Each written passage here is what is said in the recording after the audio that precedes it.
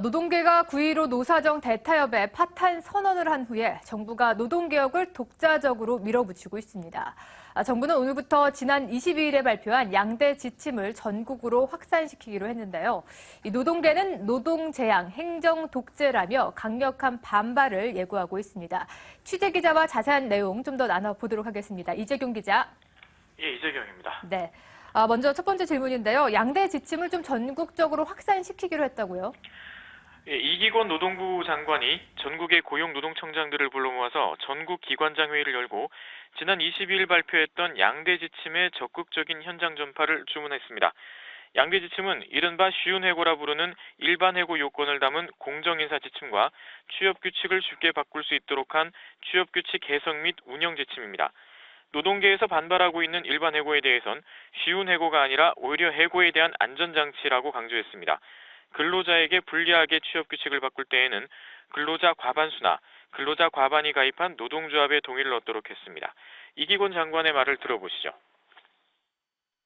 이대 지침의 조속한 현장 안착을 위해서는 지침의 내용을 가감없이 정확하게 현장 노사에게 알리는 것이 매우 중요합니다. 아직도 많은 근로자들이 부정확한 정보와 악의적인 호도 때문에 막연한 불안감을 느끼고 있으므로 지역 차원에서 적극적으로 지침의 취지와 내용을 전파해 주시기 바랍니다.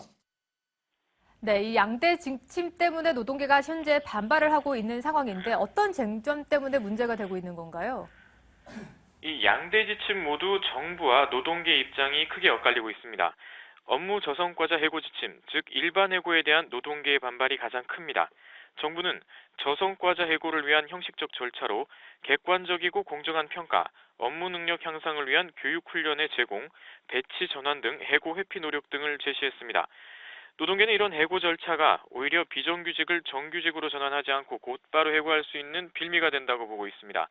비정규직은 통상 계약 기간 동안의 업무 평가 결과에 따라 제한적으로 계약 갱신이나 무기계약 전환을 하고 있기 때문입니다. 민주노총이 지난 15년간 노동위원회의 판정을 분석한 결과를 보면 더 뚜렷하게 드러납니다.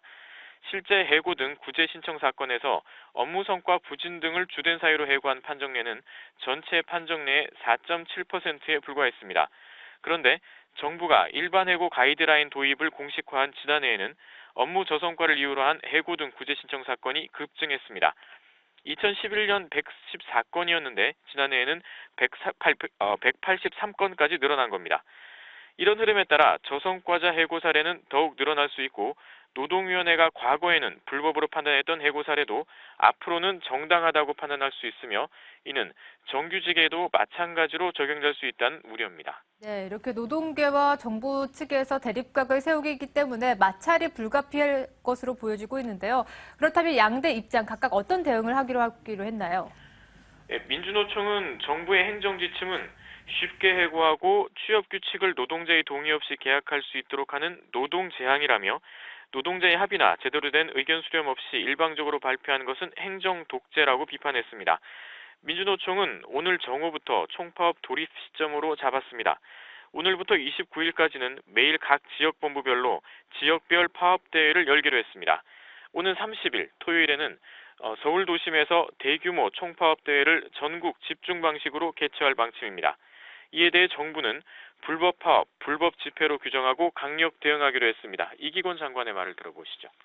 에서 제기하는 이법 위헌 주장은 법 집행이라는 정부의 책무와 대법원 판결을 무시한 주장입니다. 더욱이 노동운동의 선명성 경쟁, 정치적 목적으로 현장을 선동하는 것은 청년들의 희망을 꺾는 것으로 국민들이 용납하지 않을 것입니다.